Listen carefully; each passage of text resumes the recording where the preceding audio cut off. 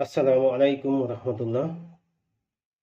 রাসূলুল্লাহ সাল্লাল্লাহু আলাইহি সাল্লামের জীবনের উপর ধারাবাহিক আলোচনা আজকের পর্বে সবাইকে স্বাগতম।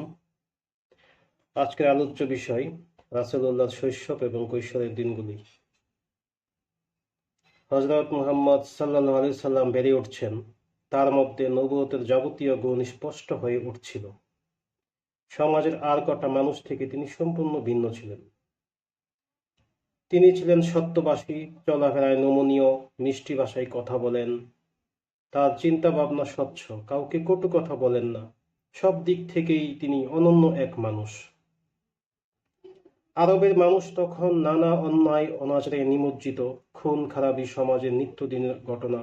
মিথ্যা ও পাপাচার মানুষের স্বভাব হয়ে দাঁড়িয়েছিল। পাপাচারে আকণ্ঠ নিমজ্জিত মানুষ, এর মাঝেও একজন পরিচ্ছন্ন মানুষ হলেন মহানবী সাল্লাল্লাহু আলাইহি ওয়াসাল্লাম।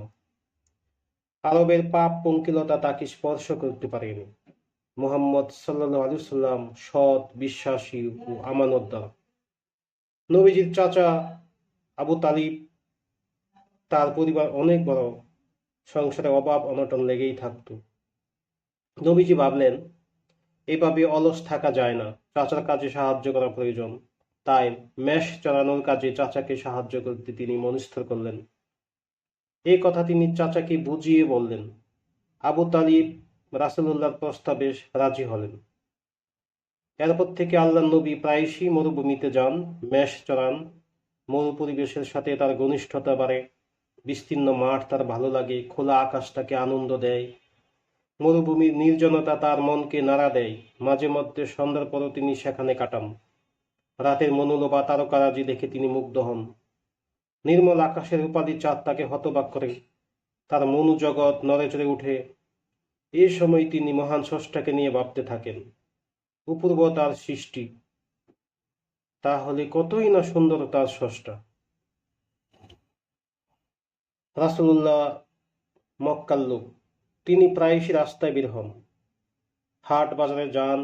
সমাজের সমস্যা ও নানা অসঙ্গতি তার চোখে পড়ে। সমাজের সবল লোকেরা দুর্বল মানুষের উপর জুলুম চালায়। মনিবরা দাসদের মানুষ বলে গণ্য করে না। কথায় কথায় মনিব দাসদের উপর নির্যাতন চালায়। ছোটখাটো বিষয় নিয়ে গোত্রগুলি প্রায়ই ঝগড়া বিবাদে লিপ্ত হতো।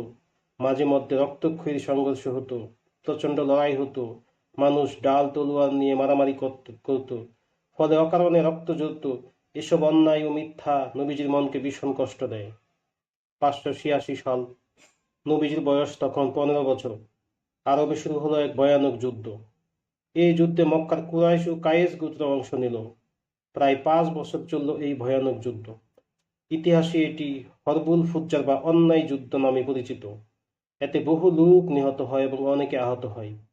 বহু ছেলে মেয়ে এতিম হয়, বিধবা হয় অনেক নারী, অনেক পরিবার হয় নিঃস্ব। রাসূলুল্লাহ ফুজ্জারের যুদ্ধে অংশ নেননি, কিন্তু যুদ্ধের বিভীষিকা তিনি নিজ চক্ষে প্রত্যক্ষ করেন। এই যুদ্ধ তার মনের মধ্যে ভীষণ দাগ কাটে।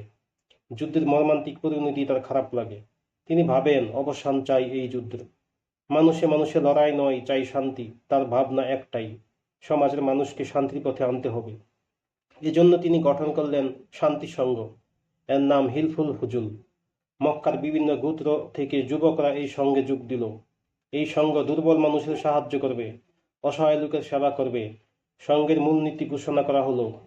সেগুলো এরকম: দেশের শান্তি শৃঙ্খলা নিরাপত্তা রক্ষা করা, দুর্বল এতিম নিঃস্ব ও অসহায়কে সাহায্য করা, অত্যাচারীকে প্রাণপণ বাধা দেওয়া এবং অত্যাচারিতকে সাহায্য করা, বিভিন্ন সম্প্রদায়ের মধ্যে সম্প্রীতি স্থাপনের চেষ্টা করা, বিদেশি লোকদের জানমাল মান সম্মান রক্ষার চেষ্টা করা।